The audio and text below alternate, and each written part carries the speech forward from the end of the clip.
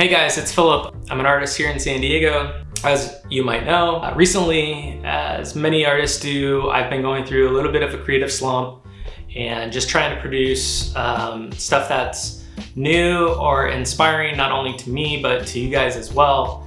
And I thought the best way to do that is kind of look at old art that I've created through my archives, go through sketchbooks, kind of go behind the scenes with me and see the art that I've produced in the past, where I haven't shared everything totally on Instagram or social media. Maybe it's a little bit different to check something out through my archival boxes rather than just seeing a photo. Maybe it'd be cool to see it, like me holding it. So I hope you like this video. I'm gonna go through one of these boxes or a couple of these boxes, find some inspiration in these for your own art, or even see kind of the process that I've gone through or the growth just from looking back in the years. I know this first box I'm gonna open up is some art that I've produced 4 years ago. So it's kind of interesting to see the path that I've been on, where I've grown so much, even though I've relatively been on the same subject of flowers and landscapes. The art I've produced over the years has not only gotten better in my eyes, it's gotten a little bit more exciting for me, and it's always been changing. So from inked, sketches to watercolor, and now I'm doing gouache, and I've always done acrylics. But I just kind of wanted to open up my boxes with you and share with you some of my old pieces. So let's open one of these up.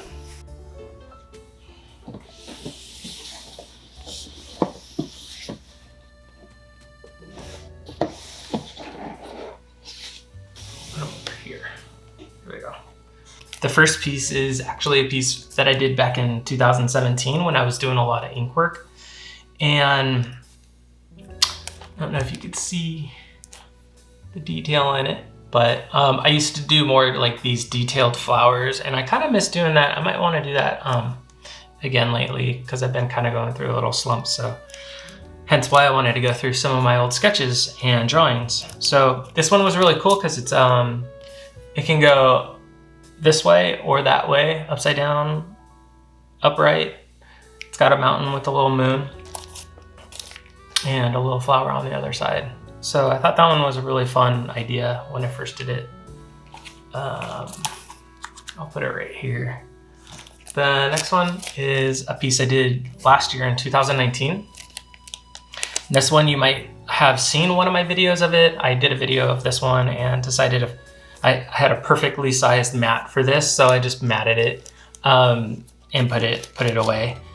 You can kind of, you can see I don't know if you can see any of the detail in it, but it's just a gouache painting, and I used Holbein gouache, and you should check out the video on my Instagram of that one. This one's from 2016 when I was doing a lot more watercolor. And I was doing a lot more succulents actually too.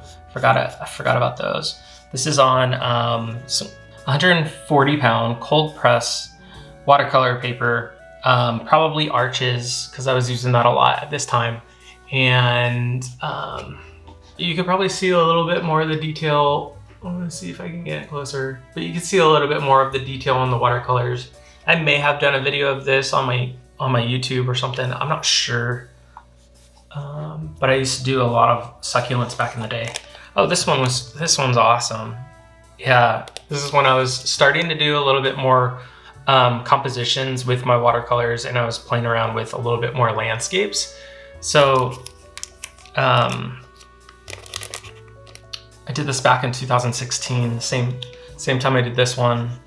And I remember spacing out or sizing out for a 5x7, but coming inward so I could write the artwork name. So this one's called Serenity Pass. It's just a fake landscape I had in my mind, and I was playing around with clouds and the sunset with the colors of watercolor. Here's another one that I did.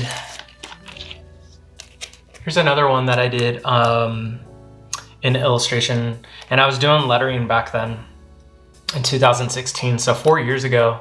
And I wanted to incorporate some of my florals with the letters that I was doing. I don't know if you can see any of the detail if I come close. But this was just using an ink liner. Actually, I have one right here. Let's see. This is the pen I used for these.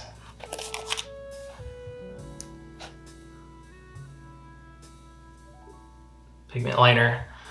These work perfect, and you can buy like a set, and that's how I used to create these. Here's another one I did. It looks like it shifted off the matting. I had these on my site a long time ago as original works to purchase, but no one bought the original, so I held on to them. I should probably like put it back up here. It says the older the friend, the better, and it's just a little flower down here. Here's another one. This one is again from 2016 when I was doing a lot more of these hand illustrated inked florals. I really got into this because you could really focus on the line work and study the motion of the flower. So along with that, you would get a lot of the lights and shadows. So this was a perfect starting off point to study a flower before actually painting it. Here's a lettering piece I did when Chill Vibes was at its peak, I think. And then here's another piece that I got into. Let's see if I can focus.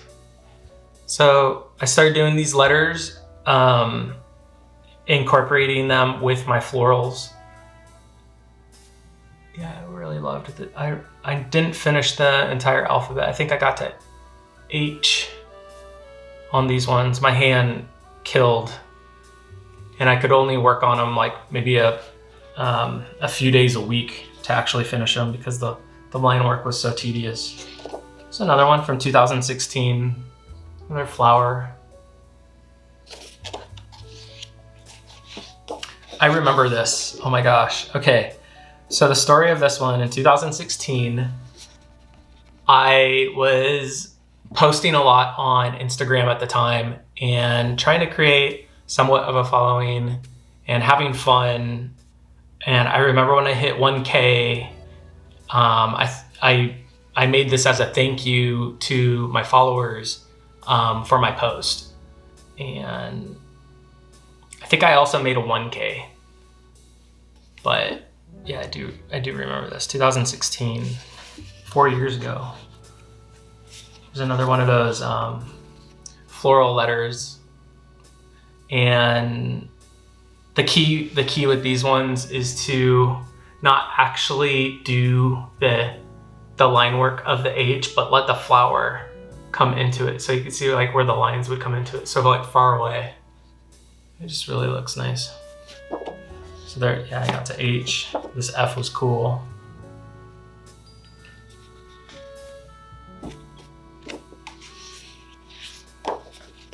This one, so I was living in Hermosa Beach at the time. This is 2016, and I was doing a lot more of that lettering, like I said. And I incorporated some of this lettering into all the florals. This one probably took me a good solid week of working on it. On my lunch break at work and at home. My hand killed after this one. I remember this one was like hours of work. Some more lettering that I was doing for, I was trying to create more lettering pieces for my Society 6 at the time. And I remember I created this Hello World because I thought it was something that was always something, one of those first websites that you would ever have, like a WordPress, and Hello World was always like the first thing that was on those websites. So just kind of like going through, I think the hardest part for me about lettering wasn't actually doing the lettering. It was more so figuring out what to say and how to say it with those letters. I just used a brush pen for all these. So this one is really special to me because this is the date of my wedding day. And we created these, or I created these for our book. So I created a photo book of all our images, and I did all the lettering for it on the inside. And I created this lettering specifically for our wedding book, which I should share sometime because it's really thick and it's really cool. We have like maybe over 150 pages of photography in it. It's a really nice book. So here's another little flower, nice little easy little flower. This one's a really easy one to like learn from. This one, oh my gosh. This, I mean, you can see the progress I've made over the years. I'm pretty sure this was probably 2016, and I think I was trying to incorporate the line work that I was doing then with watercolors. And I don't think it turned out necessarily how I wanted it to, so I didn't pursue this direction any further. But I did pursue it with colored pencils, I remember. For a while there, I was using colored pencils. You can probably see the colored pencil marks on this with a pen. So I first drew it and then used the colored pencils to color it in. So this one, I forget what this was for. It's definitely for Hermosa Beach. I think I was just playing around with a new pen. Oh, this is really cool. So I had a company come to me and ask me for a design for a sticker. They were called Burke Sun, and they created backpacks that had solar panels on them, so you could charge your phone wherever you walked. And I created this sketch for them because they were heavily beach inspired, since you want to take your backpack to the beach and charge your phone. So going off that, I created this sketch and design for them, and then I transferred this over into Illustrator and created stickers out of this design for them. This one's really cool. Yeah, I remember I was trying to get into a little bit more like design work with watercolors, so you can kind of see the watercolor, where it dries, and I really liked that about watercolors. I still like that about watercolors. But this piece I created and put it on my Society 6 at the time, and yeah, just a fun piece. I remember looking back at it and being like, I really wish I didn't do that red. I wish I had done maybe like this purple down there or this pink. Oh yeah, I'm not very good at animals, and I remember, one of the challenges I had given myself was to try to watercolor, but do these like cool, like drippy watercolor pieces. Animals are still tough for me. I still try to practice, and I try to practice dogs. This piece, wow, this is on some heavy paper. I don't know if you can see the thickness of this.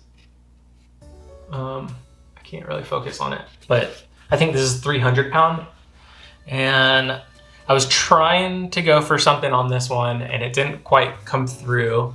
But after I created the pot and the cactus with watercolors, I tried to go in and use a gold pen and do that line work for flowers, and you can kind of see it shine. It looks really nice on the actual art, but as a print, it just, looks black and it doesn't really come through.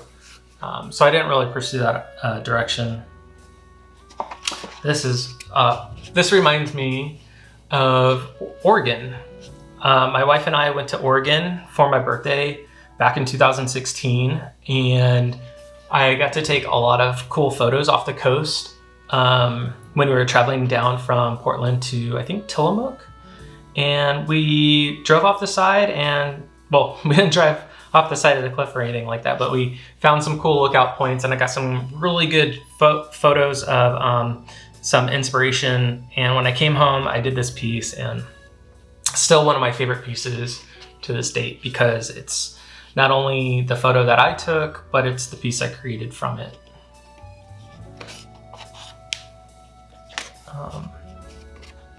And then this one was fun. I remember this one. People really I remember posting this on Instagram, and people it just blew up. And I remember people really liked this, and I thought, wow, I need to do more flowers like this.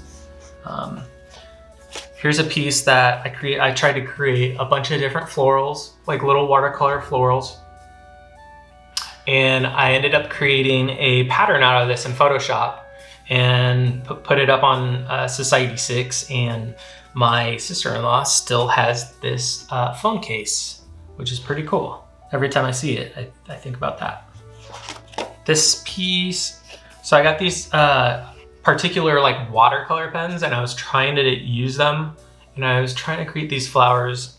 But I remember this piece so much because it didn't really come out well.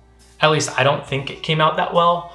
But the pens that I was using in the videos, people wanted to know what those pens were. So the video of this blew up, and it was one of my first real videos on Instagram that got so much attention. And it was all because of these pens that I used. They were just watercolor pens. I don't even know what they were called, but they had a brush pen at the bottom, and then all the ink was at the top. So here's another little watercolor, loose watercolor florals that I was trying to do. This is just a sheet of gold. And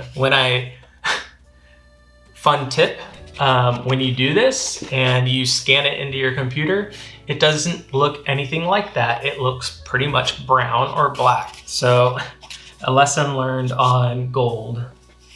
When Christmas came around, I remember I wanted to create some more inspired works of some Merry and Bright using watercolors. And one of my favorite colors in watercolors, Payne's Gray.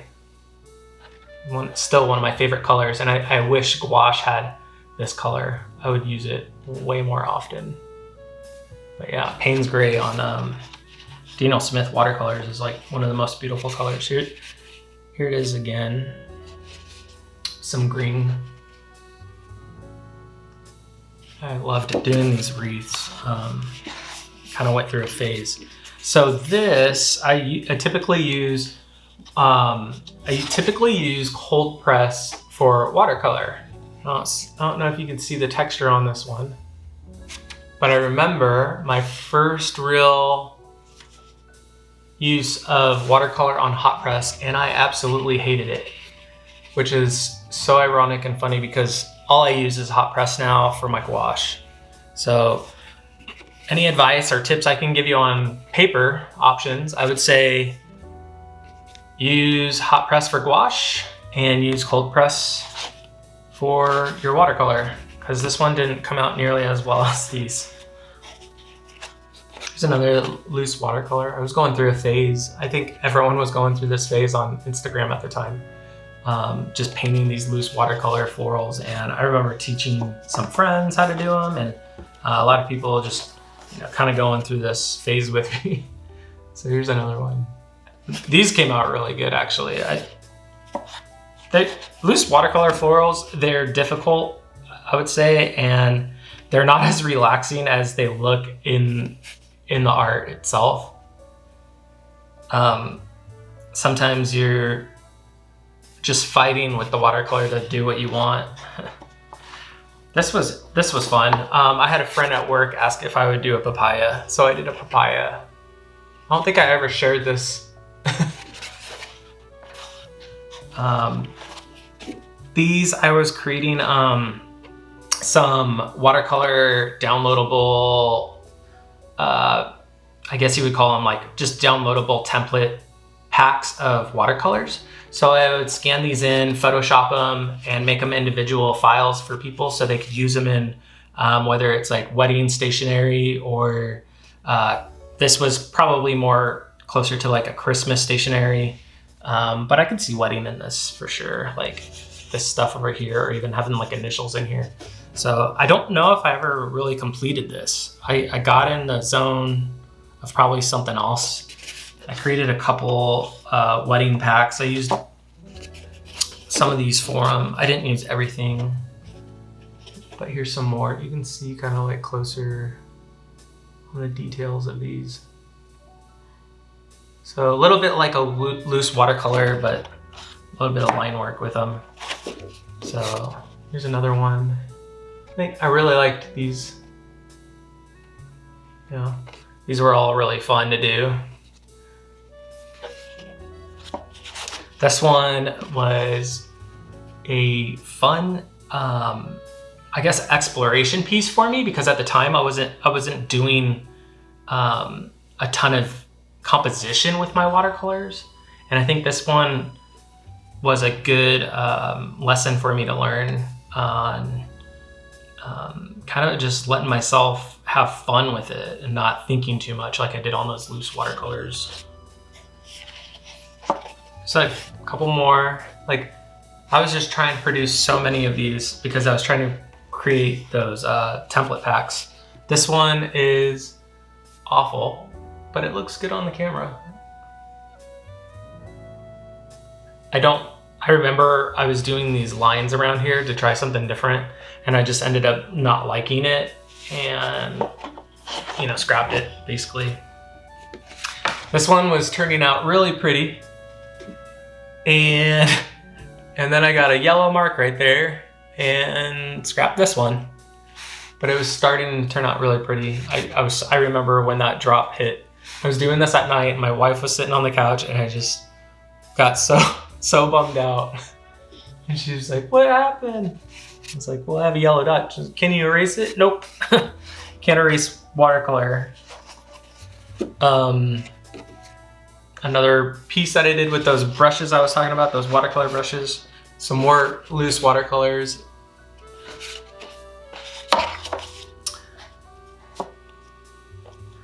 And we're halfway through. I'm gonna leave it here and make this for a part 2. This was a lot of work that I went through, and I hope you enjoyed this video so far. If you want me to go through this last batch of art, you can see like how much there is left.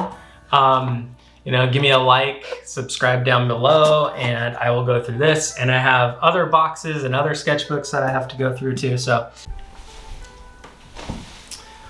well, I hope you enjoyed going through half of this one box with me. I honestly thought we were going to get through one of these boxes in a video, but it's just so hard to go through it all at once, and I figured why not leave that for a part 2 and part 3 and part 4 and part 5 and continue this down the road with me. And yeah, so I hope you have found inspiration for your own art at home, or even just enjoyed looking at some of this art with me. So thank you for watching, and if you want to see a part 2, like and subscribe, or even just give me a thumbs up or comment me in the section like you liked it. So anything helps, and I appreciate all their support, so thank you.